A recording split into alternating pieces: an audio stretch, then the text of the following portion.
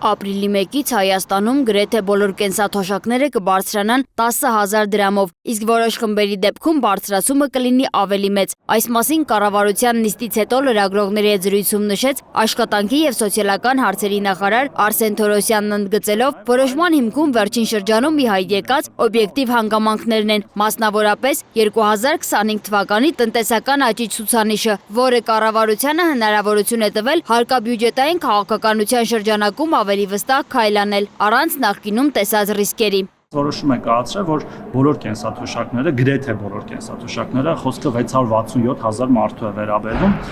բարձրանալու են 10,000 դրամով, իսկ որոշ կենսաթոշակներ բարձրանալու են ավելի շատ։ Մենք ունենք դեպքեր մինչև 10,000 դրամներ, այսինքն օրինակ կերակրող կորցնելու կենսաթոշակներ եւ այլն, եւ շատ քիչ դեպքերում այդ բարձրացումը կարող է լինել, ասենք 8 կամ 7,000 դրամ, դա խոսքը վերաբերում է շատ փոքրաթիվ մեր քաղաքացիների, որոնք արդեն իսկ բարձր կենսաթոշակ են ստանում, նկատի ունեն միջինից մոտ 2 անգամ բարձր կենսաթոշակ ստացող քաղաքացիների է վերաբերում։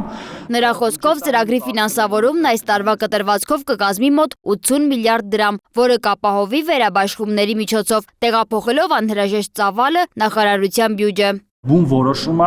որը մի որոշում չի, լինելու են մի քանի որոշումներ, հավանաբար կամ մոտակա կառավարության նիստին կամ դրանից հետո կընդունվի, որտեղ նաև ծրագրային ապահովման բանաձևերի մեջ փոփոխություններ պետք է իրականացնել, որի համար անհրաժեշտ է իրավական հիմքեր են մեզ։ Անդրադառնալով թոշակառուների մտահոգություններին, մասնավորապես, թե ինչպես է հաշվարկվելու ստաժը, նախարարը նշեց, որ աշխատանքային ստաժը չի տուժելու, հակառակը, նոր բազային չափի վրա հաշվարկվող ստաժային բաղադրիչը կպահպանի տարբերակումը, ավելի մեծ ստաժ ունեցողները շարունակելու են ավելի բարձր կենսաթոշակ ստանալ։ Գրեթե բոլորին է բարձրանալու է 10,000 դրամով, այդ թվում ձեր նշած քաղաքացիներ, իրանք ոչ միայն մեղավոր չեն, այլ իրենք հենց ստաժի շնորհիվ ստանում են շատ ավելի բարձր կենսաթոշակ, քան քաղաքացիները, որոնք ոչ չեն ստանում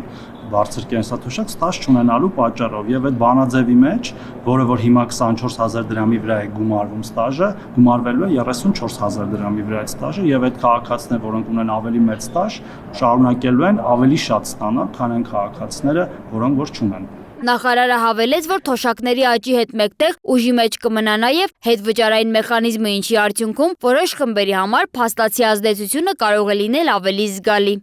Ես կարծում եմ, որ այս բարձրացումը շատ էական է մեր 100 հազարավոր կենսաթոշակառու եւ նպաստառուների համար, նաեւ հաշվի առնելով, որ դրա վրա կարող է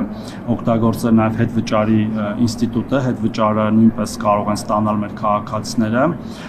20% իրենց կենսաթոշակի եւ նպաստների վրա, մինչեւ 10,000 դրամի չափով, ինչը ըստ էության բարձրացում է մոտավորապես 20,000 դրամով բոլորի կենսաթոշակները եւ նպաստները։ Օնլայն հարթակներով գործող տաքսի ծառայությունների վարորդների բողոքների վերաբերյալ էլ նախարարն ասաց, որ տեղի է ունեցել կոնստրուկտիվ հանդիպում, քննարկվել են բարձրացված խնդիրները եւ գործընթացը շարունակվում է։ Նոր հանդիպումներ են նախատեսված արդեն հաջորդ շաբաթ։ Նրա խոսքով հարցերի մի մասը վերաբերում է պետությանը, մյուսը հարթակներին եւ լուծումները պետք է լինեն համակարգային, ինքնազբաղվածների սոցիալական ու ապահովագրական առանձնահատկությունները հաշվի առնելով։ Մենք ունեցել ենք շատ կոնստրուկտիվ հանդիպում անհատ տաքսի վարորդների հետ, որոնք օգտվում են օնլայն պլատֆորմներից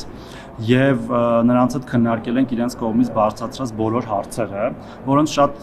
մի փոքր մասն է վերաբերում կառավարությանը, մյուս մասը վերաբերում է Yandex պլատֆորմին կամ այլ պլատֆորմների եւ ինչպես մեր բոլոր քաղաքացիները, այդպես էլ այս մեր քաղաքացիները մեր համար կարեւոր են եւ մենք զբաղվում ենք իրենց խնդիրների լուծմամբ, ինչ վերաբերում է եւ էլի քննարկումներ ու հանդիպումներ ենք ունենալու, մյուս շաբաթ նորից հանդիպելու ենք, որոշ հարցեր արդեն գիտենք ինչպես ենք լուծելու, օրինակ կենսաթոշակային հարցերը, մյուս հարցերը։ Թորոսյանը քննադատեց նաև որոշ ակտիվիստների եւ քաղաքական դերակատարների ներգրավվածությունը, հայտարարելով, որ նրանք ապատեղեկատվություններ տարածելու միջոցով մարդկանց հույզերի հետ խաղալով փորձում են թեման դարձնել քաղաքական շահարկումների առարկա։ Սոնա Գիշյան, Free News, Ազատ լուրեր։